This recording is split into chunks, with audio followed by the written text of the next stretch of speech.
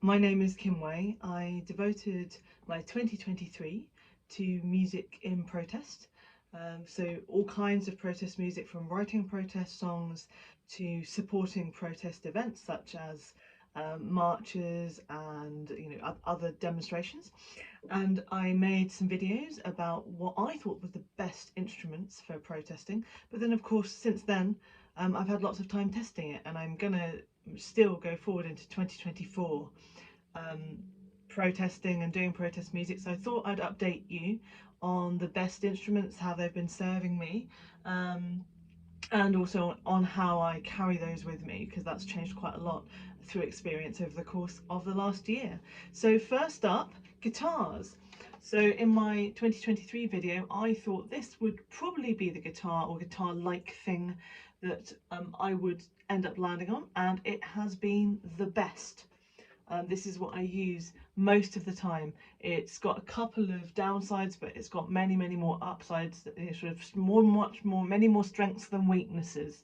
And it's a 3/4 size classical guitar by a company called, or a maker called Rodrigo. You can buy it at the London Guitar Studio for about £150. I got mine second hand, and it's really done me so well. For all sorts of reasons. So let's go through some of the things that are really, really strong about it. It's 3/4 size, so it's a bit smaller than a full size guitar, which is great for me because I often carry quite a lot of instruments. But I also tune it up to guitar-lele tuning, so up by a fourth, which means that it's A, it's not a low E, it's the A above that normal E that you get on guitars. So A, D, G, C, E, A. And tuning it up makes it that bit higher, which means it cuts through better, the sound's a little bit brighter, and the string tension is higher, and it's a good enough instrument that it can handle that. And higher string tension means better tuning stability and more volume. So that's this guitar. Other upsides, it's got nylon strings, which is kind of also a downside, but the upside of nylon strings is that it's very easy on the fingers, even in cold weather, compared to steel strings, which are much sharper on the fingers. And nylon strings, it's just much easier to play at different temperatures, but then it's harder because they don't stay in tune as well as steel strings. But I have got the best type of nylon strings for tuning stability, and I'll tell you what those are in a minute. But let's go through a few other things that are good and bad. I mean, what's good about having a 3/4 size guitar is that at least it is still a guitar. So you can, it's got full guitar, standard tuning on it, and therefore I can play with other guitarists. I can just say, look, I'm up at the 5th fret, so then I can show them songs, they can show me songs. Also, if you take away the bottom 2 strings, it's essentially the same tuning as a ukulele, so if people play the ukulele, I can show them songs, they can show me songs. That's really useful. If I'm playing amplified and I want to take a solo, which is quite rare, but it does happen. There is my marker for the 12th fret of a guitar. So that's actually the 7th fret on this instrument, but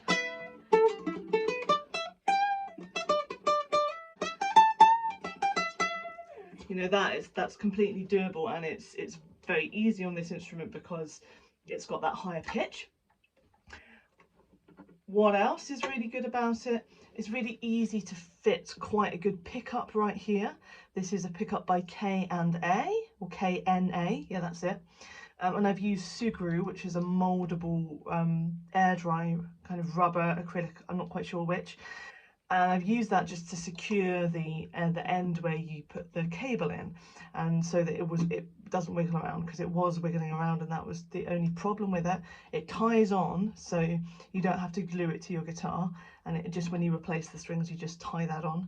And that's been really useful in terms of, for a decent pickup, it's quite cheap, like it's £40, and it sounds really, really great.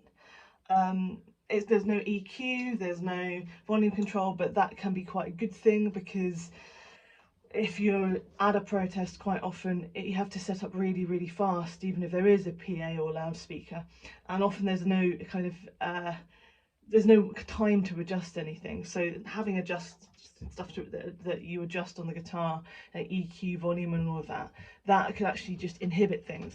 And if your guitar gets rained on, it could be another thing that could go wrong where in the rain, whereas this is just so simple, and it's been in a drizzle and a bit of a downpour and it's been fine. Likewise, the guitar's pretty heavily lacquered. It's not completely waterproof. I would put it away if it was more than drizzling, but it's well lacquered enough that it's okay to play it if it's a little bit rainy, and it's been pretty tough like that. It's recovered fine when I've got it wet. Other really good things about it, let's see, it's just got me out of so many situations where I need to sit and learn something quickly, and I need someone to show me the chords quickly. At least it's not an electric guitar. I can hear it acoustically, and so I can learn songs. Say I was going on some demo where I was actually going to be plugged in the whole time. There was going to be a PA and everything, and I was going to be plugged in. I would still struggle to bring an electric guitar because I wouldn't be able to like learn songs on it and practice on it. Maybe walking to the demo and then practicing songs. So, you know, all in all, I think this is a good choice, and for me it wins out over a travel guitar, because I think I can play this louder than most steel string travel guitars. I don't think they necessarily prioritise volume when they're building a travel guitar. And also steel string travel guitars cost quite a bit more, with this being £150 new and £75 to me second hand. And also it's a really popular model. If this got smashed one day and I was in London, I could go straight to the London Guitar Studio and pick up another one straight away. So that's all the good things about this guitar. What have I modified? Let's maybe move on to that. I mean, you've seen one modification, which is with this. Is there anything else I've modified? Yes, kind of, in that I've made a better choice of strings. So let me find you the strings that I discovered. They're by D'Addario. They're called titanium strings, or that's the term for it, but they are actually not titanium, it's just a name. They are EJ45TT. It's a catchy name, but that is the type of string that is meant to stay in tune the best, and I have found that to be the case. And I went for high tension as well, which is thicker strings, so that I would get even more tuning stability from it being high tension, and that does seem to work. Then the next thing is what pick to use. I mean, I don't know if that's a modification, but it is something to bear in mind.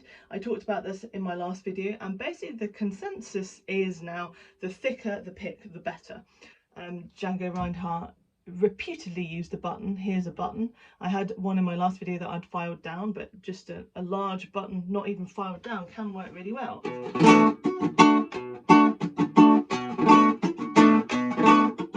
Another great thing about this guitar, it's pretty easy to play, but it's still, you know, you can play it pretty hard without buzzing.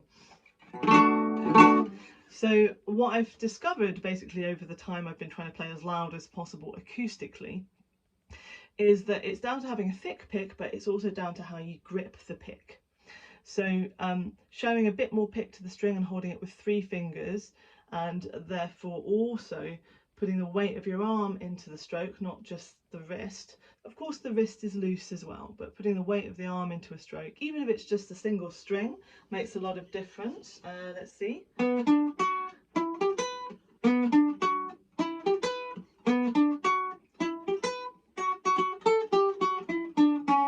And another thing that you can do is a Gypsy Jazz grip, which was shown to me by a Gypsy Jazz player, and it really works. So it's basically holding it not really in your fingers, but more as part of a fist, and then without tension, but with gravity, I suppose, with weight, to come into the string like that. And there I am able to play the guitar so hard that it does buzz if I'm not careful.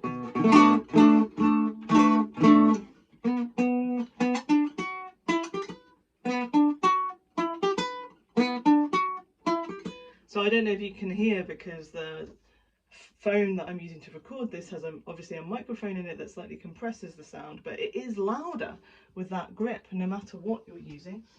And if you happen to be lucky like me and you have a true Gypsy Jazz tortoiseshell pick, poor tortoise, but this was given to me, and so I must make sure I never lose it. Then there's a ridge to grip onto, and you get, you know, to show so much pitch to the string, and that's even louder. I'm not very used to the grip.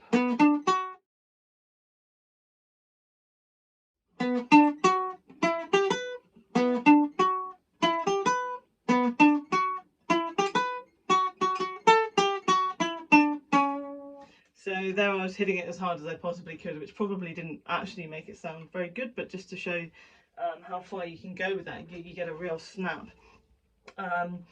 So yeah, I suppose that covers strings and the pickup and the picks, and let's look at the strap as well. So what I've done is I've tied a strap on using not only this polyester cord, which is really strong actually, even though it looks thin, and then I've put an elastic band around. I don't know if you can see it very well, but I've put an elastic band basically on top of the polyester string on the strap button, and that means that it's just never going to come off. And that's really important, because quite often if I don't have a bag on and I'm at a demo and I need to put my guitar just out of the way for a minute, I'll just do that. And of course it needs to hang there without coming off, and you can buy all sorts of strap locks, but that just seemed, instead of buying an official strap lock, just the simplest way of doing it. Then there's the tuner. I use a D'Addario mini tuner. It's the kind of lowest profile tuner I've been able to find, and in my 2023 video I was securing it to an instrument with an elastic band, but that just wasn't reliable enough, so I've moved on to this big wedge of blue tack, which of course is completely removable. You can take it off really easy if you want to and move it to another instrument with the blue tack, but that was just solving the problem of the tuner ever being knocked off or ever coming off.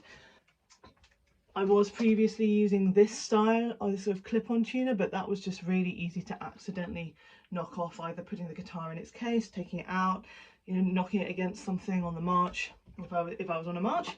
So just much better to have that set up. Finally, I guess the case. I've been using the thinnest possible case for this guitar for a whole year now, and the guitar's come to no harm. It's been totally fine. And that's good to know, because the thicker padded cases, I was just having a lot of problems with where do you put it. If you need to roll it up and put it in a bag, you can't, because it's too thick, but this you can if you want to. By the way, the cable that comes with the pickup is 3 meters long, ordinary guitar, 1/4 inch jack on the end, and 3.5mm mono on the other end, obviously to fit into this tiny little socket that we have here. Now, I wanted a better cable. I thought it might give me a better sound, so I wrote to K&A and they said no, we don't do them. I wrote to a custom cables company, designcables.com. They were fine to make me one, but when it arrived, it didn't actually fit in here. I mean, it did, but it was loose, and that was a deal breaker because then it crackled. So that was a shame, also because this cable is quite short at 3 meters, and often it would just be much more practical to have a longer cable. Otherwise I'm really having to be monitoring my proximity to the PA at all times, and the cable could get snagged. If it did get pulled on, I'm sure it would rip out, you know, maybe even the whole bridge. So I've got to be really careful there, and that's a downside. So any other downsides to this guitar? Well, I've said about the downside to the cable being too short and not brilliant quality, but the pickup itself, it just comes up a bit quiet. And that's been an issue. In one case, it was so quiet that I had to actually, just rather than play the strings of the guitar, play it as a drum. And that was the only way I was able to participate with the group, although I think they appreciated the drumming, it was helpful. It goes out of tune because it's nylon strings, but it could also be because it's wood. And of course, most guitars are wood. I tried a carbon fibre instrument, a carbon fibre ukulele actually, and it stayed in tune perfectly. I did lots of tests. I put it in the garage with my wooden ukulele. Here's my wooden ukulele, which is, and by the way, it is great, but I stopped bringing it on protest events because I just so much more often happen to need a guitar for the groups I play with. So the carbon fibre ukulele stayed in tune brilliantly, as in each string stayed in tune, but I didn't end up using it because actually it wasn't its intonation overall, its ability to be in tune with itself. It wasn't well made enough to be in tune with itself, but whatever you tuned it to, it did stay in tune. So carbon fibre could be an option for nylon stringed instruments or steel stringed instruments to help them to stay in tune better. I'd be interested to see if anyone's making protest instruments at a reasonable price, so it doesn't feel too terrifying to take them into a demo where you could get them damaged or lost. And yeah, we'll see what I discover in the coming year. But currently, you know, this is made out of wood and it's got nylon strings, and that means that its tuning reliability is quite poor. Actually, it's manageable a lot of the time because I retune a lot, but there are times when it just hasn't been. There was a time when I was out in cold weather playing with my band, Original Songs, and the guitar didn't stay in tune well enough for us to use it at all. And that was a disaster for that band. So I went out the next day and bought a full-size, cheap Dreadnought guitar, second-hand, by Yamaha, something I was willing to take with me on a protest, but when I take it, I'm limited to really only being able to take the guitar because it's big, it's heavy, I wouldn't want to carry other instruments alongside with it. It's got a big padded case, and I think that's the right choice for this guitar. But if I knew that I was really just going to be playing with my band, then I would take this with me, and you know, it's been fine for that. Fairly cheap, so I don't mind it getting rained on. And I also got a pickup for it which is removable, and the reason I did that is I thought, if I'm not going to need a pickup, I just won't take the pickup. This is the Woody by Seymour Duncan, and if we do start playing and it starts raining, then maybe it's going to be a better idea just to take the pickup right out of the guitar and keep playing unplugged. And that's an option that's available really only with this particular pickup. And it comes with the lead all attached and everything. I won't unravel it, but I can show you how quick it is to install. I've got marks on it that you can't see to tell me exactly where to put it, and you just place it in the sound hole. And there, it's installed, and it's just as quick to come out. And there you have it. So that's another option, depending on the circumstances that you've got. And whilst I'm at it, I may as well tell you about capos. So I've said this in my 2023 video, but I'll just reiterate it really short and really quickly. Getting the right capo for your guitar, so where the radius of the capo matches the radius of the neck on your guitar, is so important, because if you don't have that, then when you put the capo on, the guitar will go out of tune on some strings, maybe the bass strings, maybe the top strings, and you really want to be able to tune as little as possible, retune as little as possible. So you want to be able to stick that capo on. Somebody says, oh, we're going to do a song in this key, you think, oh, I need capo on fret 2, and you need to be able to just go ahead and do that right away and know that you won't have to retune the instrument, because, you know, speed is of the essence in these situations. So I think that's everything I have to tell you about guitars. I've never, as I said, wanted to take an electric guitar to a demo, but if that was the only thing that I was doing, if I was just playing guitar and I was taking my own amplifier and strapping it to myself, or if I knew that I was playing at, you know, maybe the end of a march or on a static protest demo where I know there's going to be a PA, then I might take an electric guitar, because honestly the sound on a nylon string guitar is a little bit dull and not bright enough always to cut through in a plugged in environment with other musicians. But you know, as the all-purpose beast that I want it to be.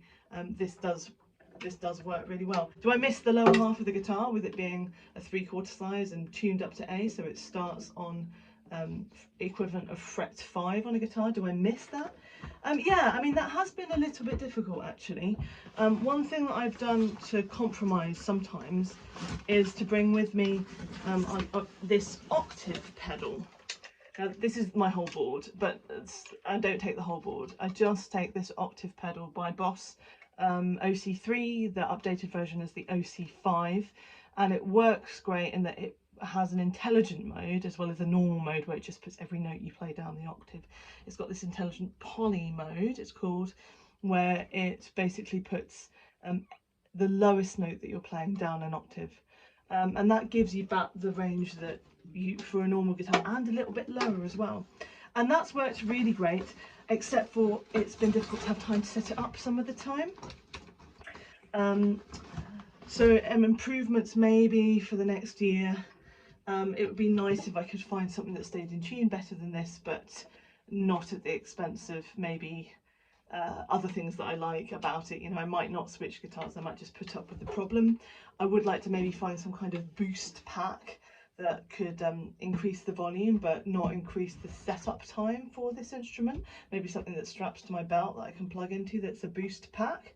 And maybe even like make some kind of mount for the octave pedal, just in case I need that, but I need to sort of not have too much setup time. So have myself set up, I'm plugged into my boost pedal that's maybe on my belt, and also to the octave pedal that's also on my belt. That might be quite good. It's really kind of good to look at how to bring a guitar effectively, because in the end, it's one of those great instruments that a lot of people play, so you can teach them stuff on their guitar if they've brought one. Also, it's one of those instruments that plays a melody and chords equally well. So as long as you've got the volume to do that, it's pretty versatile, and you don't have that necessarily with some of the other instruments I'm going to show, like woodwind, for example. Right, let's move on.